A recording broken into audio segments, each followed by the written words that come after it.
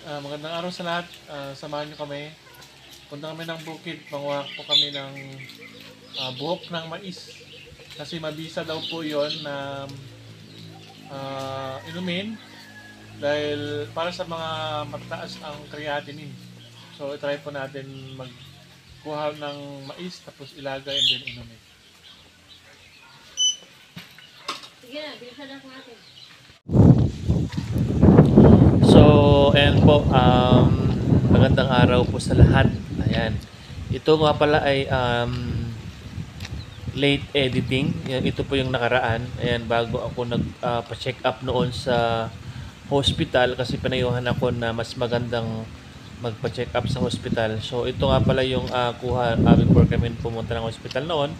Ayan, pumunta po kami ng bukid.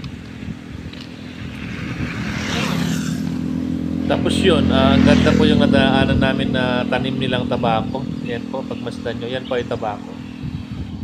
Ganda no yung tanim nila na tabako. Yan tingnan nyo Yan po yung tabako. Yan. Tanim nilang tabako.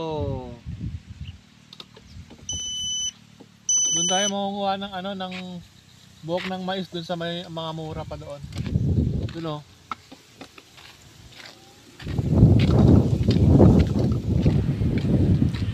Ayan, ayan po. Ang ganda po talaga sa sa bukid. Kaya pag maganda yung panahon, ayan, pupunta po talaga ako sa bukid kasi fresh yung hangin. And then talagang refresh yung maamoy mo pag nasa bukid. Ayan. So medyo months na din po ito.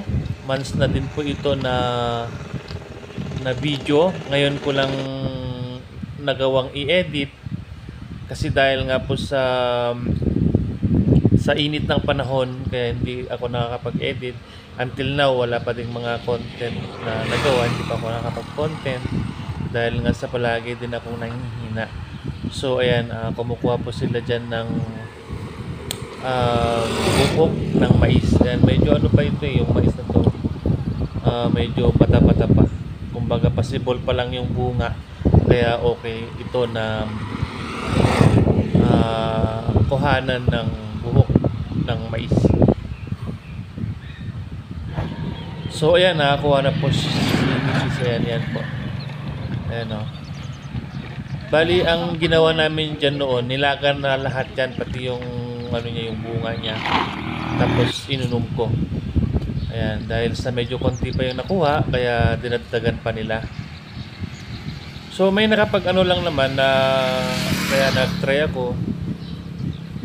Kaya yon.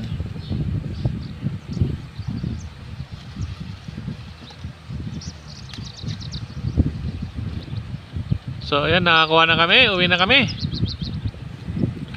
So ayan, maraming salamat po sa support at sa panonood. Mag-iingat po tayong lahat and God bless po.